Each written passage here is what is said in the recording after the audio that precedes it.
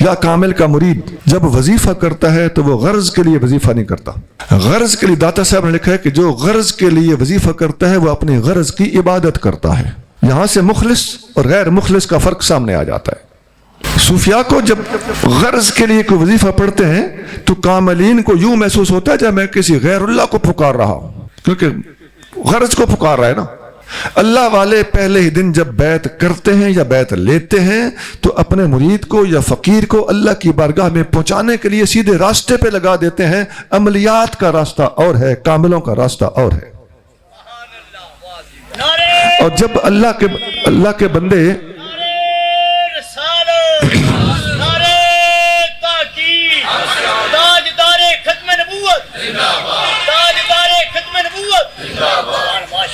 جب ان کے اثرات یوں اپنا رنگ دکھاتے ہیں تو یہی وہ چیز ہے جو میں بتا رہا تھا کہ پوری دنیا کے اندر ان کے اثرات مرتب ہوتے ہیں. مخلص آدمی کے مخلصانہ اذکار، وہ جو زمین و آسمان کو بھر دینے والے اذکار ہوتے ہیں، وہ جب زمین کو بھرتے ہیں پھر وہ جب آسمان کو بھرتے ہیں تو پھر زمین کو بھر دیا، آسمان کو بھر دیا تو زمین و آسمان کے ان کے اثرات بھی تو مرتب ہوئے نا. زمین بھر گئی تو متاثر ہوئی نا، تو پوری زمین اس سے متاثر ہوتی ہے. اللہ کا ولی اپنے گھر میں بیٹھا ہوا ہوتا ہے لیکن اس کا اللہ اللہ کرنا اپنے اثرات پوری دنیا کے اندر دکھا رہا ہوتا ہے. اس وقت جن حالات سے ہم اور آپ دوچار ہیں، ان حالات میں اگر امت اجتماعی طور پر اللہ سے استغفار کرے، انشاءاللہ تعالیٰ آپ کے ملک کی حالات چٹکی میں ٹھیک ہو جائیں گے. چٹکی سے میری مراد قلیل وقت ہے. اگر ہم سارے مل کر اللہ اللہ کرنا شروع کر دیں، اللہ کا ذکر سچے دل سے کریں، اللہ کو فریادی کی طرح پکارنا شروع کر دیں، اس کے اثرات پوری دنیا کے اندر ہوں گے. اور ہر بندے کو قائل آپ نہیں کر سکتے. کم از کم ہمارے اپنے آستانوں پر ہی اگر توبہ استغفار اور اللہ اللہ کے ڈنکے پہلے سے زیادہ بجیں، اخلاص گڑ گڑانا اور رونا پہلے سے زیادہ ہو، انشاءاللہ تعالی معاملات درست ہو سکتے ہیں. ایک حدیث میں آتا ہے، نبی کریم صلی اللہ علیہ وسلم فرماتے ہیں کہ اللہ نے مجھے فرمایا ہے کہ جب تم دیکھو کہ تمہارے ملک کے حالات ٹھیک نہیں ہیں، مہنگائی بڑھ گئی ہے، حکمران تم پر زیادتیاں کر رہے ہیں اور تمہیں حکمرانوں کے خلاف طرح طرح کی شکایتیں پیدا ہو گئی ہیں، تو لا تشغلوا انفسکم بالدعاء علی الملوک، بادشاہوں کے خلاف ہڑتالیں کرنے اور ان کے خلاف کال دینے سے کچھ فائدہ نہیں ہوگا. ولیکن اشغلوا انفسکم بالذکر والتضرع کہ اکفیکم، بلکہ ایسے حالات پیدا ہو جائیں تو میرا ذکر کرنا، میرے سامنے رونا دھونا شروع کر دینا، میں تمہاری کفالت کروں گا. کام تم نے خود خراب کیا ہوا ہے. تو پھر سارے سکے ہی ختم ہو گئے. اللہ کرے ہمیں اس بات کی، یہ صرف تقریر سن کے سبحان اللہ واہ واہ کرنے کے لیے یہ میرا مشن نہیں ہے. میرا مشن ہے کنونس کرنا، اس بات پر قائل کر کے لانا کہ ہم نے آج کے بعد اللہ کا ذکر، اپنے مرشد کریم کا بتایا ہوا وظیفہ اور استغفار آج سے اللہ کے سامنے گڑ گڑانا شروع کر دینا ہے. اور کسی کے خلاف شکوہ چھوڑ دے، اپنے خلاف اللہ کے سامنے شکوہ پیش کر، میرے اللہ میں اپنے پلید نفس کے سامنے ہار چکا ہوں، میری مدد فرما. اس کا ایک دوسرا پہلو بھی ہے، باہر کے ملکوں میں بھی اور ہمارے ملک میں نسبتاً زیادہ، کیونکہ ہمارا پڑوس ایک عملیات اور جادوگری کا ماہر ملک ہے، تو وہ اثرات پوری دنیا میں بھی انہوں نے جہاں جہاں ان کا ڈیرا ہے وہاں ان لوگوں نے وہ گند پھیلایا ہوا ہے. ہمارے ملک میں بھی یہ چیز جگہ جگہ آپ کو دیواروں پہ چاکنگ نظر آئے گی، فلانا بابا اور فلانا تعویذ اور فلاں اپنی مرضی کا کام کروا لیں. یہ ہوتے ہیں عامل، یہ کامل نہیں ہوتے. اب تک میں نے جو بات کی وہ کاملین کی، وہ جو فاروق اعظم والی بات تھی وہ کاملوں کے حوالے سے بات تھی. اب یہ جو عامل ہوتے ہیں یہ کیا کرتے ہیں، یہ جتنا کسی کو بتائیں گے اے پڑھ اے ہو جا سیا، یہ پڑھ یہ ہو جائے گا، مرضی کی شادی ہو جائے گی، یہ کرو پیسہ لب جائے گا، یہ پڑھو باہر چلے جاؤ گے. اس قسم کی یہ جو عملیات لوگوں کو سکھاتے ہیں، پھر تعویذ بھی اسی طرح کے دیتے ہیں، پھر طرح طرح کے اوٹ پٹانگ، قبرستان میں جا کے یہ کرو، وہاں پر جا کے سری پھینکو، وہاں جا کے قبر کے اوپر نہاؤ. یہ اس قسم کے لفینٹریات جب لوگ کرتے ہیں اور یہ لوگ کرواتے ہیں تو ان کے بھی اثرات ہوتے ہیں. جو ملک میں زیادہ تباہیاں پھیلتی ہیں، اللہ والوں نے یہ نچوڑ نکالا ہوا ہے کہ ان لوگوں کا گند ہوتا ہے. یہ جو عملیات ہوتے ہیں، یہ جو غرض کے وظیفے ہوتے ہیں، اس قسم کی جو حرکتیں ہوتی ہیں، یہ اگر کبھی کبھی ایک فارمیشن بنا لیتی ہیں، ان کا رخ، ان کی فارمیشن کا رخ، ان کی ویوز کا رخ، ان کے گندے اثرات کا رخ اگر زمین کی طرف ہو جائے تو زمینی آفتیں نکلنا شروع ہو جاتی ہیں، اگر آسمان کی طرف ہو جائے تو آسمانی بلائیں نازل ہونا شروع ہو جاتی ہیں۔ زمینی آفتوں سے میری مراد سانپ بچھو ٹھوئیں اور سیلاب اور طوفان اور جھکڑ اور زلزلے، یہ زمینی مصیبتیں، یہ ان لوگوں کے گندے کرتوت کا نتیجہ ہوتا ہے، اور یہ پتہ نہیں کس کس حال میں کیا کیا پڑھتے اور پڑھاتے رہتے ہیں۔ اللہ تعالیٰ ان کو ہدایت عطا فرمائے۔ اور اگر ان کی یہ گندی چیزیں اوپر کو رخ کر لیتی ہیں تو پھر آسمانی آفتیں وہ نازل ہوتی ہیں، جیسے بجلی کا گرنا، ژالہ باری کا ہونا، بڑے بڑے آسمانی طوفانوں کا آنا، حتیٰ کہ گندھک اور کوئلے کی بارشیں تک ہوتی ہیں، میں نے اپنی آنکھوں سے دیکھی۔ یہ سارے اثرات یہ منفی قسم کے عملیات کے ماہرین، عاملوں، جادوگروں، ٹھگوں اور یہ جو دکانیں کھول کر بیٹھے ہوئے ہیں اللہ کے ولیوں کو بدنام کرنے والے لوگ اور عوام بیچاروں کی بلا جانے، ہماری خواتین خاص طور سے اپنی مشکل حل کروانے کے لیے ایسے لوگوں کے پاس پہنچ جاتی ہیں۔ تو ان کا جو اثر ہے اس کو زائل کرنا ہماری ڈیوٹی ہے، لوگوں کو آگاہی اور شعور دینا یہ ہماری ذمہ داری ہے، عامل اور کامل میں فرق سکھانا یہ ہماری ذمہ داری ہے۔ خدا کی عظمت کی قسم، جب کوئی بندہ کاملوں کی راہ پہ چلتا ہے عامل اس بندے کی گرد کو بھی نہیں پہنچ سکتے۔ کامل جب لا الہ الا اللہ کہتا ہے تو عامل کے جتنے عملیات ہوں سارے اس کی ایک بار لا الہ الا اللہ کے سامنے گھرل مرل ہو جاتے ہیں، اور ان کی کوئی اوقات نہیں ہوتی، ان لوگوں سے ڈرنے یرکنے کی کوئی ضرورت نہیں ہوتی۔ یہ لوگ تڑیاں بھی بڑی لگاتے ہیں، میں ہی کیتا سی اور میرے کو لوئی لے گئی سی، ادھر توڑ میرے تو علاوہ ہے ہی کسی کول نہیں۔ یہ ایک جملہ ہے جو آپ بار بار ان ٹھگوں سے سنو گے۔ تو ان سے لوگوں کو بچائیں، کاملین کے آستانوں سے وابستہ کریں، اور ان آستانوں کے جو فیوز اور برکات ہیں وہ بول بول کر بھی دنیا پر اثر انداز ہوتے ہیں، خاموش اراد و وظائف اور مراقبوں کی برکت سے بھی دنیا پر اثر انداز ہوتے ہیں۔ ان اللہ کے ولیوں کی غوثیت، قطبیت اور قیومیت کی برکات کے حوالے سے بھی پوری دنیا کے اوپر چھاتے ہیں۔ اللہ تعالیٰ ہمیں ان کی راہ پر چلنے کی توفیق عطا فرمائے۔ اللہ تعالیٰ اس آستان پاک کو قائم دائم رکھے، اور ہمارے حضور قبلہ کرنل عطاف محمود صاحب کو صحت والی دراز زندگی عطا فرمائے۔ سبحان ربک رب العزت عما یصفون وسلام علی المرسلین والحمد للہ رب العالمین۔